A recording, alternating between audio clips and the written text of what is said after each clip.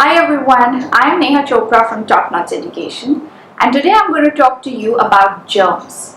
Yes, these nasty germs that can make us sick.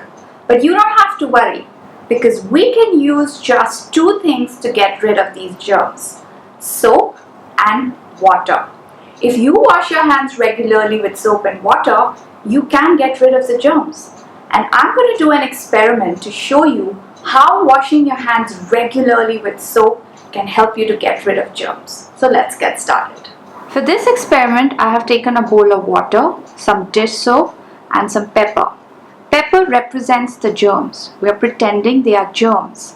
I am going to sprinkle some pepper in the bowl of water, and then I'm going to dip my finger in the dish soap, and look what happens when I put the soapy finger in the bowl with pepper. Did you just see that?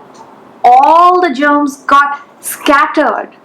That's what soap does to the germs. If we wash our hands regularly with soap and water, the germs cannot stay on our hands and it keeps us safe.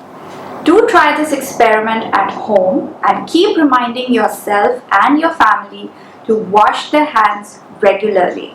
Thank you for watching.